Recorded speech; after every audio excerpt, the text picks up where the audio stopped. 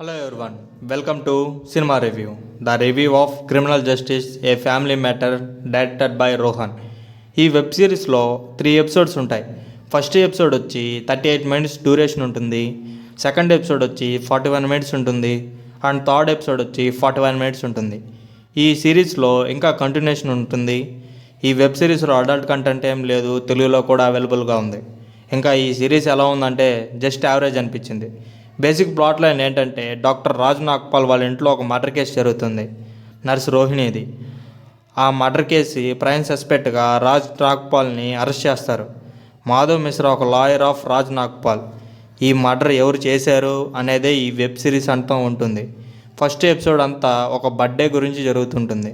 First episode అంతా old బిల్డింగ్కి and character ఎస్టాబ్లిష్మెంట్కి time తీసుకుంటుంది.